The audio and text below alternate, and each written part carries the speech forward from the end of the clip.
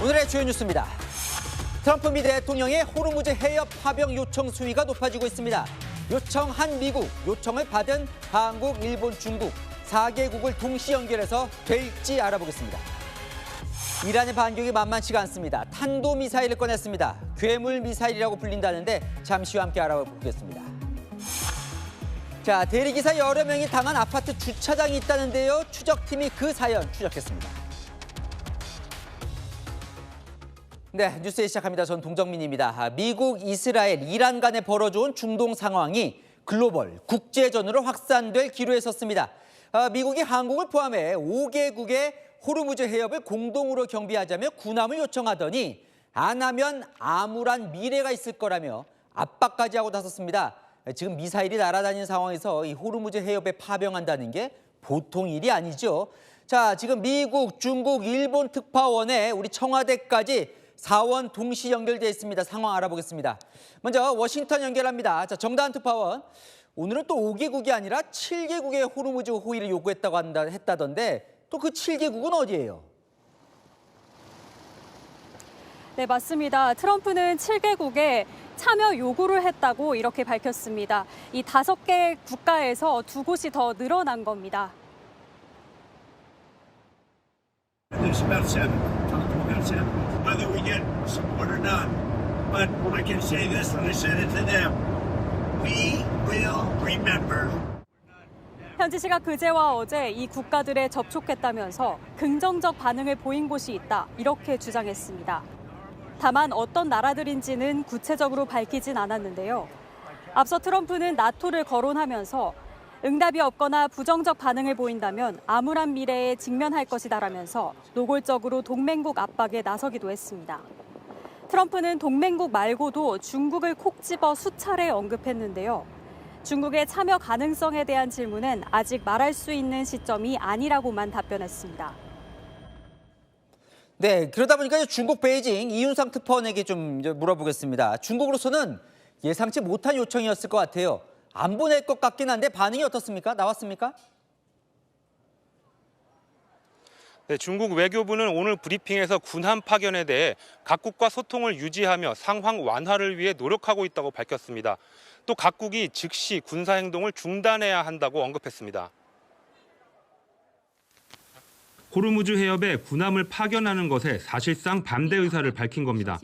다만 미중 정상회담을 앞둔 만큼 미국을 자극하지 않기 위해 발언 수위에 신중을 기하는 모습이었습니다. 중국 관영 매체들은 호르무즈 해협의 위기를 애초에 누가 촉발한 것이냐며 미국을 비난하고 있는데요. 글로벌 타임스는 불을 질러놓고 불 끄는 걸 돕고 비용도 나눠내자고 요구한다며 해협 긴장의 원인은 해군 함정이 부족해서가 아니라 현재 진행 중인 전쟁 때문이라고 꼬집었습니다. 또 여러 국가 군함으로 해협을 채우는 건 분쟁의 불씨를 만드는 것이라며 한 척이라도 공격받는다면 그 여파는 누구도 통제할 수 없을 정도로 빠르게 확산될 것이라고 덧붙였습니다. 자, 워싱턴 정다은 특파원. 사실 중국의 저런 반응은 예상이 됐을 것 같은데 왜 사이가 안 좋은 중국이 요청 사항에 들어갔을까요? 네, 한마디로 말씀드리자면 이 중국이 호르무즈 해협을 통과하는 석유의 대부분을 사용하니 그만큼 책임을 지라는 겁니다. 직접 들어보시죠. Why aren't we maintaining the Hormuz Strait when it's really there for China and many other countries? Why aren't they doing it? 중국이 호르무즈 해협을 통해 전체 석유의 90%를 들여온다면서 이렇게 얘기한 건데요. 절박한 나라들이 책임지라는 논리를 강조하기 위한 것으로 보입니다. 자, 이번에 도쿄 나가 있는 송찬욱 특파원에게 좀 물어보겠습니다. 일본이 가장 발등에 불일 것 같습니다. 당장 사흘 뒤에 이 정상회담 만나야 하는 건데 일본은 어때요? 뭐 좀 보낼 분위기입니까? 현재로서는 신중한 분위기입니다. 다카이치 일본 총리는 트럼프 미국 대통령이 호르무즈 해협 군함 파견을 요구한 데 대해 오늘 국회에 출석해 처음 입장을 밝혔습니다. 파견한다 안 한다 확답 없이 종합적으로 검토 중이라고 말했습니다.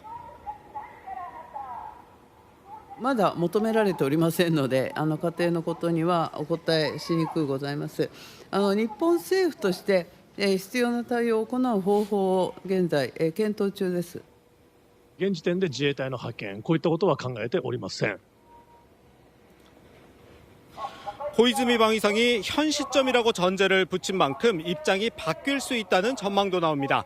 특히 현지 시각 19일 미국에서 미일 정상회담이 열릴 예정인데요.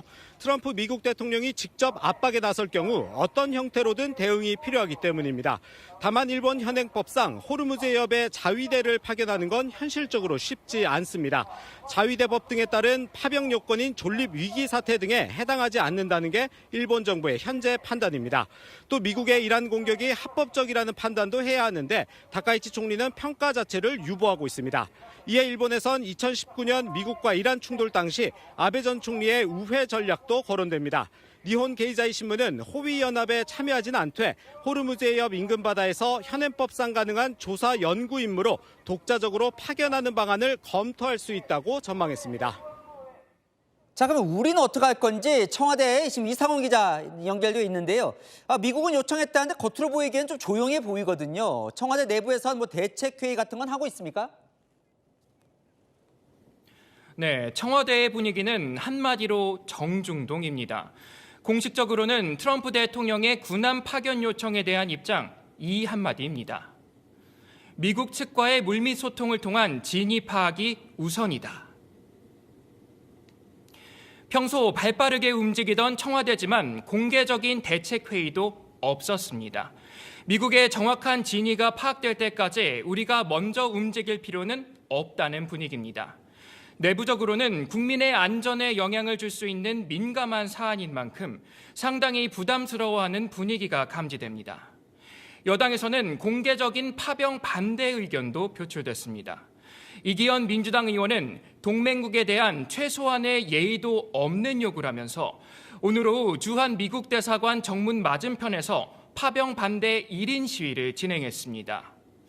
국회 외교통일위원회 소속 홍기원 민주당 의원은 당의 외교안보 자문단에선 트럼프 대통령의 요청에 대부분이 부정적이었다고 전했습니다. 한 여권 관계자는 요청을 받은 4개국 간 협의를 하는 방식도 있을 것이라며 충분한 시간을 가지면서 신중하게 검토해야 한다고 말했습니다. 자, 정다은 특파원 지금 쭉 들어봤는데 한국, 일본, 중국 모두 부정적인 것 같거든요. 근데 워싱턴은 이번 주 중으로 호르무즈 협의체를 띄운다 이런 보도도 있어요. 이게 가능한 겁니까? 네, 맞습니다. 우선 현지 보도로는 이번 주 중으로 미국이 발표할 것이다 이렇게 나온 상황입니다. 월스트리트 저널 보도에 따르면 다국적 연합체의 활동이 전쟁 중에 시작될지 여부는 아직 논의 중인 것으로 알려졌는데요. 트럼프는 이란전 이후로도 장기적으로 호르무즈 해협 방어 부담을 동맹국들이 함께 져야 한다는 뜻을 내비치기도 했습니다. 그럼 이 흐름대로 이 이슈도 이어가 보겠습니다. 오늘 우리에게도 전 세계적으로도 단연 이 이슈가 제일 중요했을 텐데요.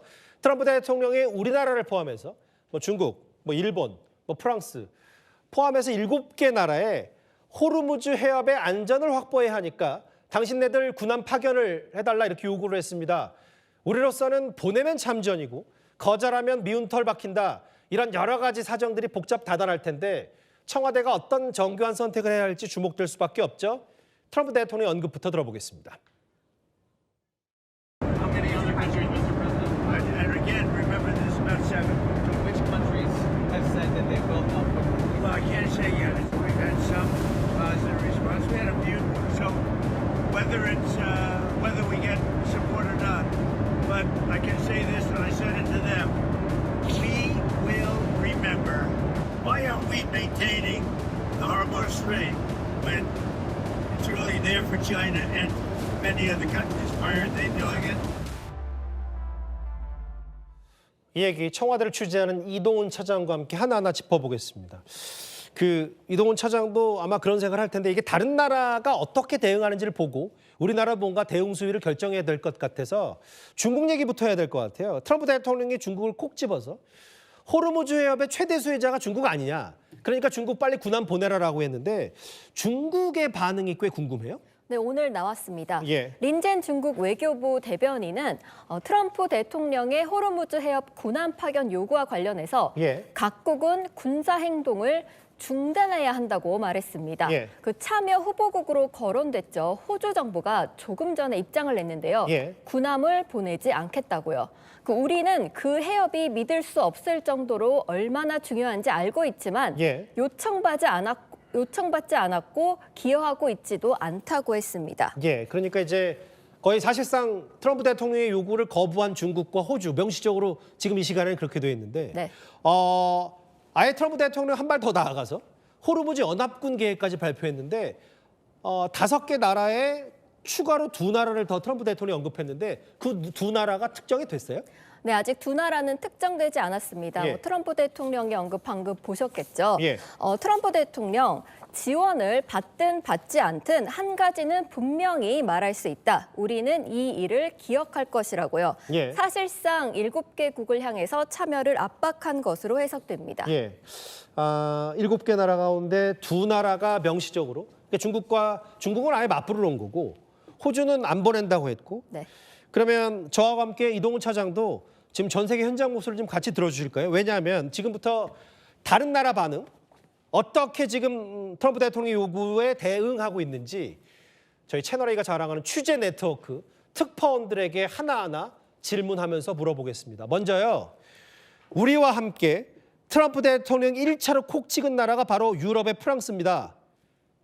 파리의 유군영 특파원 연결해봤습니다. 유군영 특파원 나와 있죠?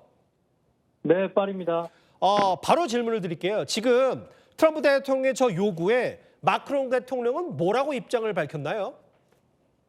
네, 프랑스 정부는 무척 조심스러운 태도를 보이고 있습니다. 예. 미국 주도의 군사작전에 참여하면 이란 전쟁에 휘말릴 수 있다고 우려하고 있는 겁니다. 예. 마크롱 대통령도 과거 호르무즈 해협에서 선박을 호위할 가능성이 있다라고 언급한 적이 있습니다. 예. 하지만 트럼프 대통령이 직접 군함 파견 요구를 한 뒤에는 지중해 동쪽 지역에서만 방어적 태세를 유지하겠다는 입장으로 돌아섰습니다. 예. 특히 프랑스가 단독으로 미국의 요구에 응답하기보다는 유럽 차원의 다자적인 틀 안에서 호르무즈 문제를 논의할 가능성이 커 보입니다. 프랑스는 최근 이란의 공격으로 자국군인 1명이 숨졌는데요. 이때도 보복 공격은 최대한 자제하겠다는 뜻을 밝혔습니다. 핵심은 트럼프 대통령이 요구한 뒤에는 방어적 태세로 돌아섰다. 이게 지금 마크롱 대통령의 속내인 것 같습니다. 유은현 특파원 잘 들었습니다. 그러면 정리를 해볼까요? 이게 정리할 문제인 것 같아서. 중국 X, 호주 X, 지금 프랑스는 세모인 것 같은데 방어적 태세다. 프랑스 상황은 이렇고요. 아무래도 제일 궁금한 건 이웃나라 일본일 겁니다. 최근 사실 한일 각각의 정상회담도 비슷한 시기에 했고 우리와 일본이요. 실제로 관세 협상을 두고도 한일 중에 미국과 어디가 더 손익계산서가 나은지가 비교 대상이 될 정도로 한일, 지금 한미, 일미 관계가 상당히 민감한 문제죠. 도쿄에 송찬욱 특파원 연결해서 바로 물어보겠습니다. 송찬욱 특파원 나와 있죠? 네. 예. 이게 사실 다카이치 총리가 제가 언급한 기사를 보니까 호르무즈 해협 호위 연합을 요구한 데 대해서 다카이치 총리가 법적 관점을 포함해 종합적으로 검토하겠다라고 언급한 겁니다. 이 정도면 도쿄에서 취재한 바로는 이 다카이치 총리의 말을 어떻게 해석하면 되는 거예요? 자, 해석이 필요하다는 말, 이게 예. 해석해야 될 정도로 아직은 이 모호한 입장을 유지하고 있다고 보는 게 맞을 것 같습니다. 예. 자, 일본 현지 전문가들에게도 좀 물어봤는데 예. 이 일본 정부가 아직 명확한 입장을 확정하지는 않은 상황으로 보인다고 하더라고요. 예. 이게 지금 현지 시각 19일에 미국에서 미일 정상회담을 앞둔 일본 입장에서 이거를 서둘러서 미리 결정할 필요는 없다, 이렇게 얘기할 수 있겠습니다. 예. 일본 정부에서도 이 트럼프 대통령이 회담 중에 이제 직접 압박에 나설 가능성에 대해서도 염두에 두고는 있거든요. 아하. 이 NHK에 따르면 일본 정부 관계자는 이 법률의 범위 안에서만 대응할 수 있기 때문에 이 회담에서 일본 입장을 설명하는 걸 포함해서 신중하게 대응을 검토할 필요가 있다고 말했습니다. 예. 실제 오늘 이 정부의 대변인격인 기아라 관방장관도 기자회견에서 예. 아직 미국 측에 구체적인 요청이 없었고 결정된 바도 없다 이렇게 신중한 입장 보였거든요. 이 일본 입장을 회담에서 설명하는 것은 뭐 물론이고 이 트럼프 대통령이 얼마나 세게 하는지 이 압박 강도라든지 뭐 요구 내용을 직접 들어본 뒤에 결정해도 는지 않다 이렇게 판단하는 걸로 읽힙니다. 오늘은 이 모태기 외무상이 오늘 밤에 이 루비오 미국 국무장관과 전화 통화를 하면서 도대체 미국 진짜 생각이 뭔지 좀 진위를 파악하기 위해 나설 걸로 알려졌습니다. 모호한 입장이다. 근데 만약에 진짜 결정이 돼요. 뭐 호르무즈 해협에 일본 군함을 파견한다. 근데 실제로 일본 자위대가 파견이 될 수 있는 건가요? 왜냐하면 자위대법 절차가 꽤 까다롭잖아요. 맞습니다. 이 파견하는 데까지는 여러 법적 절차 거쳐야 되는데 이게 상당히 까다롭습니다. 예. 이 일본 자위대법을 보면은 이 파병을 하려면 할 수 있는 조항이 분명하게 있기는 한데 이게 자세히 좀 내용을 보면 이 밀접한 관계의 이웃 나라가 무력 공격을 당하거나 일본이 직접 공격받을 우려가 있어야 합니다. 이에 대해서 이 일본 정부조차도 그러면 현재 상황이 그러냐? 그런데 이에 부합하지 않다 이렇게 판단을 하고 있거든요.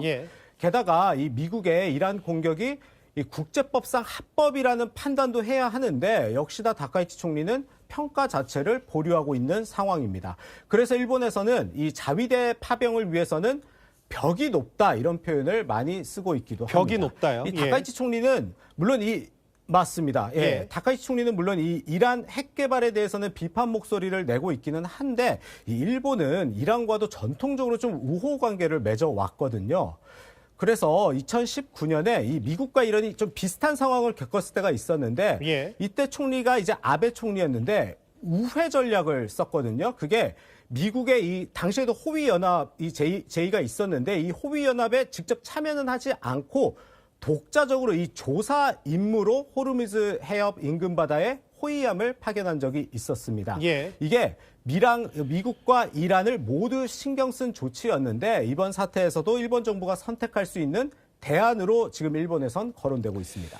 지금 이 시점에 다카이치 총리의 생각을 도쿄 연결해서 알아봤습니다. 송철호 특파원 고맙습니다.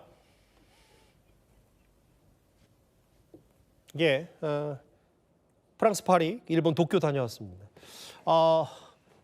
다른 나라 다녀오니까 좀 대략 감은 잡혀서 거칠게 표현하면 일본도 세모인 셈인데 청와대의 정확한 입장, 트럼프 대통령 요구의 청와대 정확한 입장은 뭡니까?